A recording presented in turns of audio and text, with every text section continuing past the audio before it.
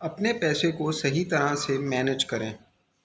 अगर आप अपने पैसे को सही तरह से मैनेज नहीं करेंगे तो इसका रिज़ल्ट ये निकलेगा कि आप मुस्तक़बिल के अंदर फ़ाइनेंशियली कमज़ोर होंगे। जब आप फ़ाइनेंशियली कमज़ोर होंगे तो आप क्या कहते हैं, फ्यूचर के अंदर ना घर ले सकेंगे, ना गाड़ी ले सकेंगे, ना कोई एसेट्स बिल्ड कर सकेंगे।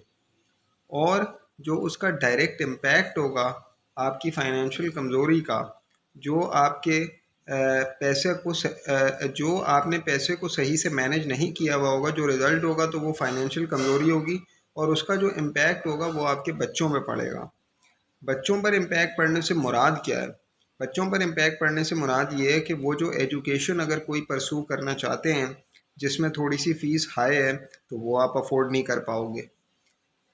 इसके अलावा ये कि बच्चे जो होंगे वो कुछ आपसे क्या कहते हैं, मतलब आपसे कोई चीज़ उनको ट्रांसफ़र नहीं हो रही होगी, ठीक है?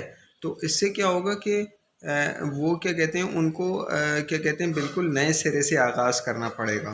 तो ये एक क्या कहते हैं, उनका एक थोड़ा टफ़ आस्क हो जाएगा। मतलब कि जो है थोड़ी टफ़ जो है क्या कहते हैं उनकी सिचुएशन हो जाएगी। लेकिन अगर आप क्या कहते हैं कुछ उनको ट्रांसफ़र कर रहे हैं, और ट्रांसफ़र कब आप कर सकेंगे? जब आपके पास कोई सब्सटेंशियल चीज़ होगी। फॉर एग्ज़ाम्पल आपके पास 300 यार्ड्स ऑफ रेजिडेंशियल लैंड है, ठीक है? तो वो आपने अपने बच्चों को, अगर आपके 2 बच्चे हैं तो उनको ट्रांसफ़र की है 150 ईच। 2 बेटे हैं अगर आपके, तो तो 150 गज़ ज़मीन आपने एक बेटे को दे दी और 150 गज़ ज़मीन आपने दूसरे बेटे को दे दी, और उन्होंने उसके ऊपर कंस्ट्रक्शन की और उसको रेंट पे चढ़ा दिया। तो अब उनके पास मार्जिन आ गया थोड़ा सा, कोई इतना ज़्यादा चले हम कहेंगे नहीं आया, लेकिन ना होने से बेहतर आया उनके पास। ना होने से बेहतर है उनके पास। अब फॉर एग्ज़ाम्पल रेंट उसका आ रहा है उस पूरी बिल्डिंग का कोई 50,000 75,000, और उनको आपने पढ़ाया लिखाया भी है। तो उनके पास क्या कहते हैं कोई 1.5 लाख 2 लाख या इवन 2.5 लाख अगर कुछ अच्छा पढ़ा हुआ है, तो वो तनख्वाह तो वो क्या कहते हैं इनकम उनकी महीने की हो गई। इसके अलावा उनके पास एक एसेट है, तो क्या कहते हैं, और अगर वो उस एसेट में रह भी रहे हैं खुद, तो वो रेंट से तो बच गए ना। तो क्या कहते हैं और क्या कहते हैं वो फिर उनके पास मार्जिन होगा क्या कहते हैं कुछ भी करने का। फॉर एग्ज़ाम्पल अगर वो उस 150 गज़ में रह रहे हैं तो 2 पोर्शन उन्होंने रेंट पे दिए में, 25,000 भी अगर एक से आ रहा है तो 50,000 जो है वो उनका वो आ गया क्या कहते हैं रेंट, और एक पोर्शन में वो खुद रह रहे हैं, जो कि अगर वो बाहर रहते तो 25,000 30,000 या 40,000 उसका देते, या इवन अगर 25,000 भी देते तो 25,000 उसका देते, तो वो भी उनका बच गया और 50,000 और ऊपर से आया और एसेट भी उनके पास है। तो अब वो रिस्क ज़्यादा लेने की पोजीशन में आ गए। मतलब अगर वो कोई रिस्क लेना चाहते हैं, कोई इन्वेस्टमेंट करना चाहते हैं 2.5-3 लाख की, तो और अगर वो डूब जाती है तो उससे उनको कोई फ़र्क नहीं पड़ेगा, उनके पास मार्जिन ज़्यादा है। इसके बरक्स अगर फॉर एग्ज़ाम्पल आप कुछ ट्रांसफ़र नहीं करते और आपके दोनों बेटे रेंट पर रहते हैं, और क्या कहते हैं, क्योंकि ऐसा तो होने नहीं वाला कि आप उनको कुछ पढ़ाएंगे, वो नौकरी पे लगेंगे और 1 साल में वो घर बना लेंगे, ऐसा तो होने नहीं लगा। तो वो रेंट पे रहेंगे, क्योंकि आप भी रेंट पे रहते थे। तो क्या कहते हैं, इससे ये होगा कि एक तो उनको अपनी इनकम में से फॉर एग्ज़ाम्पल 1 लाख भी आजकल जिसकी तनख्वाह है, इसका मतलब कि उसने कुछ अच्छा किया हुआ है, वरना 1 लाख तो तनख्वाह मिलती ही नहीं है यंग एज के अंदर। और जिनको मिल रही है इसका मतलब कि दे आर एक्स्ट्राऑर्डिनरी इन सम वे, और फिर वो उससे ज़्यादा भी ले सकते हैं, जाहिर सी बात है। लेकिन what ever they will earn उसमें से उनको रेंट निकालना ही पड़ेगा। तो जब वो उसमें से रेंट कंटिन्यूसली निकालते रहेंगे, इसके अलावा आप ये देखें कि क्या कहते हैं वो क्या कहते हैं जो इन्फ्लेशन हमारे वहाँ है और जिस तरह महंगाई बढ़ रही है, जिस तरह के एक्सपेंसेस हमारे मॉडर्न सोसाइटी के अंदर हैं, तो अब जो है क्या कहते हैं वैसे भी हमारे लिए सेविंग करना जो है वो ज़्यादा टफ़ है।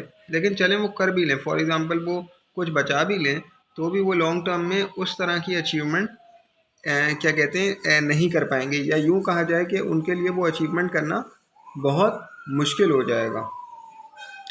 तो क्या कहते हैं, आपका काम ये है कि आप अपने बच्चों के लिए क्या कहते हैं आज से प्लान करें, और उनको आपने ट्रांसफ़र करना है कुछ। उनको आपने सिर्फ ये नहीं कहना कि पढ़ाई सब कुछ होती है, पढ़ाई सब कुछ होती है, जाहिर सी बात है, लेकिन एसेट ट्रांसफ़र करना बहुत इम्पोर्टेंट है। और इससे उनकी पढ़ाई में ही मदद होगी, मतलब वो नौकरी स्विच कर सकते हैं, वो मार्जिन है उनके पास, वो नौकरी स्विच करते में 1 साल बैठ सकते हैं, 6 महीने बैठ सकते हैं, वो मार्जिन होना चाहिए उनके पास।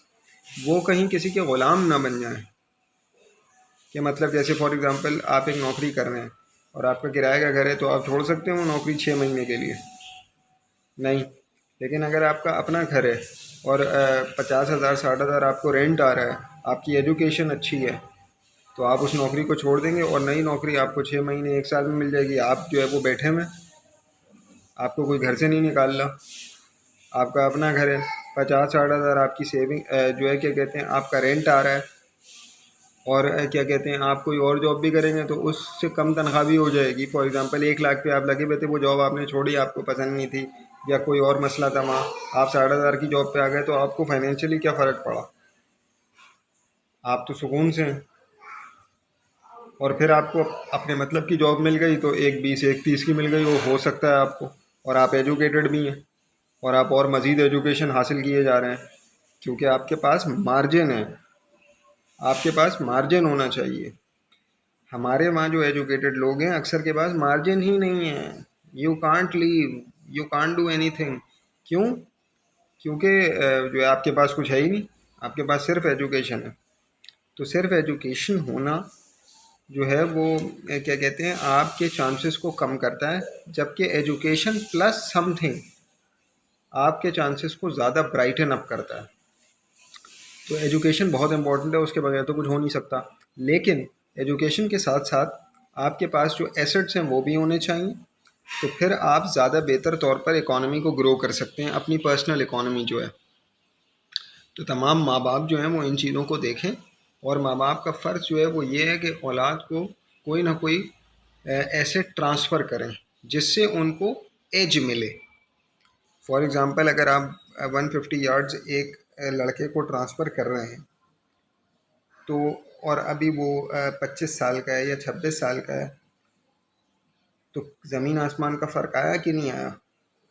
और एक तरफ एक बंदा अपने बेटे को ये ट्रांसफ़र कर रहा हो, वही एजुकेशन कर रहा हो जो जो दूसरे के पास हो, जो जिसको 150 गज़ ज़मीन मिली है, वही वाली है, दोनों लड़कों की एजुकेशन सेम हो, एक लड़के को 150 गज़ ज़मीन मिली हो और जिस पे कंस्ट्रक्शन हुई भी हो घर की, और एक बंदा हो जिसको कुछ नहीं मिला और वही एजुकेशन मिली, कौन आगे जाएगा? वो रेंट भरता रह जाएगा, वो खर्चे पूरे करते रह जाएगा, उसके पास जॉब स्विच करने से पहले वो उससे 100 गुना ज़्यादा सोचेगा जो दूसरा वाला लड़का है, जिसके पास एसेट है, जिसके पास घर की सिक्योरिटी है, जिसके पास क्या कहते हैं एक सोर्स ऑफ इनकम है रेंट की सूरत में। फिर वो अगर उसके पास दिमाग है तो और बहुत कुछ कर सकता है वो उस पैसे से। तो क्या कहते हैं ये हमें सोचना चाहिए, और ये तमाम माँ बाप को सोचना चाहिए कि वो अपने आज को कुर्बान करें अपनी औलाद के आने वाले कल के लिए। क्योंकि अगर वो ऐसा नहीं करेंगे, आज अलल्ले तलल्ले उड़ाते रहेंगे, आज नए से नए कपड़े ख़रीदते रहेंगे, इधर उधर घूमते रहेंगे, टूरों पर जाते रहेंगे, तो उसका नतीजा ये निकलेगा कि या किसी भी तरह की स्पेंडिंग, जो भी किसी की आदत है स्पेंड करने की, वो करता रहेगा, तो उसका नतीजा ये निकलेगा कि भले वो एजुकेशन अपनी औलाद को दिला भी दे, तो उसकी औलाद जो है वो क्या कहते हैं हमेशा मुश्किल में रहेगी, या यूँ कहें कि उसको उस मुश्किल से या क्या कहते हैं फाइनेंशियली ग्रो करने में ज़्यादा टफ़ हालात का सामना करना पड़ेगा, बनिस्बत कि अगर वो कुछ उनको ट्रांसफ़र कर जाए। अगर वो कुछ उनको ट्रांसफ़र कर जाए तो कितनी ईज़ हो जाएगी उनको। तो तमाम माँ बाप को इस पे सोचना है और सोचें, और फिर उस तरह जो है क्या कहते हैं पैसे को लेके चलें, ताकि औलाद को कुछ ट्रांसफ़र कर सकें।